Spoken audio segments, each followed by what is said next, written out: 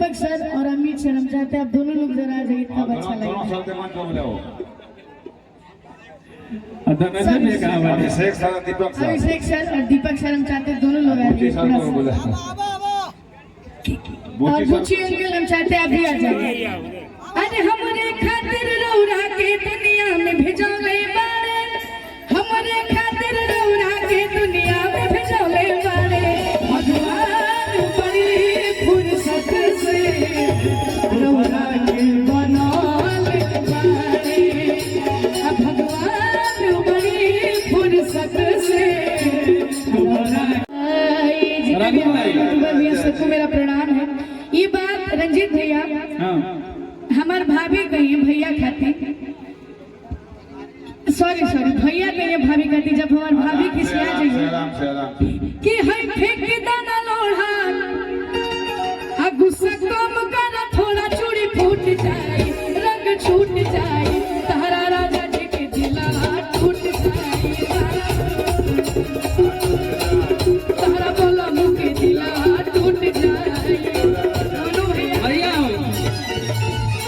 रघु भाई के तिलक चढ़ता, ज्यादातर देखी ना नैका युग में तिलक में लड़का तिलक चढ़ गई, माने तिलक में नहीं बन जाए। वो गाना सुना हम लोग। रघु भाई देश के जवान बने यहाँ के, और पूरा तिलक में सामान चढ़ल बा। सुननी है वो गाना बोला नहीं हम। अरे कि पापा जी के पोसल भुआरी बाछिले किया पाछिले किया पाछिले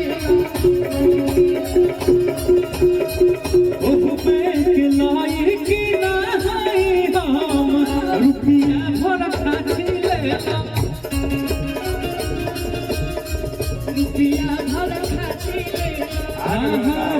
कि पहले लेखा नहीं बने बेरोजगार, रोज घरे अवतारे अगुआ हमार, शादी खातिर अब नहीं हो हम तैयार, जब तक लेन देन होई न करार, अब प्यार वाला हमसे न खेला। आओ लो अरे के अब प्यार वाला हमसे न खेला। क्या खूब लगती हो, बड़ी सुंदर लगती हो। लेकिन अब आ गया भैया बंगाल के पानी हो, बंगाल के तो बड़ा अंदर से जाना तरफ का है। हम हर एक हाथ को बोल रहे ये नहीं होला तो मुस्कान पे को हम गाना गौले रहे। रंजीत हाँ अरे तबला का टाकी बंद हो गया है मित्रों। ना भैया अपन मत हो गए थे। का कृष्णा हित कहाँ बड़ा? अभिषेक भैया और दीपक भैया मंच पे बने, बुची भैया सभी कोई आई बाटे आज। बड़ भैया पवन सिंह जी भैया के प्यार में, अजीत चाचा के प्यार में, रघु भाई के प्यार में, हमारे अमित सर दीपक सर दोनों लोग हैं, सबको मेरा प्रणाम है। और एक काफी प्यारा गाना भैया कोट दे दीजिए। हिंकर मुस्कान पे आर्यन रे वो गाना बोला नहीं हम कि चल हट जा जाने तू क्या दिल लगाएगा, कि चल हट जा जाने तू क्या दिल लगाएगा, कि हंस मत पगली हंस मत पगली रे प्यार हो जाएगा, तेरा दिल भी रंजितवा का फैन हो जाएगा। हंस मत पगली रे प्यार हो जाएगा, तेरा दिल भी रंजितवा का फैन हो जाएगा। तू लड़का छै छबीला, मैं लड़की नाच वाली, तेरे जैसे आगे पीछे रखती है ये सोनाली।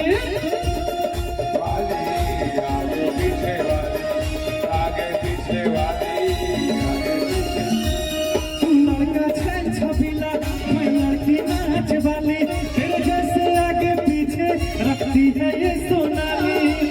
चल हट जा जाने तू क्या दिल लगाएगा, चल हट जा जाने तू क्या दिल लगाएगा। हंस मत पगली हंस मत पगली रे दिल भी रंजितवा का पैन हो जाएगा। हंस मत पगली रे प्यार हो जाएगा, तेरा दिल रंजितवा का पैन हो जाएगा। और सारे लोग एक लाइन लास्ट दीपक सर अमित भैया है और ऋतिक भैया के लिए लास्ट कि हमारे खातिर रौरा के दुनिया में भेजौले बारे अब भगवान बड़ी फुर्सत से रौरा के बनौले बारे। लेकिन मैं चाहता हूँ दीपक सर और अमित सर हम चाहते हैं आप दोनों लोग जरा आ जाइए, तब अच्छा लगेगा। धनंजय ने कहा वाले अभिषेक सर दीपक सर अभिषेक सर और दीपक सर हम चाहते हैं दोनों लोग आ जाइए सर को बोला और बुच्ची अंकल हम चाहते हैं अभी आ जाइए। अरे हमारे खातिर रौरा के दुनिया में भेजौले बारे, हमारे खातिर रौरा के दुनिया में भेजौले बारे भगवान बड़ी फुर्सत से रौरा के बनौले बारे अब भगवान बड़ी फुर्सत से रौरा के बनौले बारे। अरे हमारे खातिर रौरा के दुनिया में भेजौले बारे, हमारे खातिर रौरा के दुनिया में भेजौले बारे भगवान बड़ी फुर्सत से रौरा के बनौले बारे भगवान बड़ी फुर्सत से रौरा के बनौले बारे। ओ जैसन सोचले रहनी, ओ जैसन सोचले रहनी वैसन भरिया मोर बने जैसन सोचले रहनी वैसन भैया मोर बने सबका से बेजोड़ बड़े थोड़े छलहर पाता, थोड़े छलहर पाता थोड़े थोड़ बड़े सबका से बेजोड़ बड़े जैसन सोचले रहनी वैसन चाचा मोर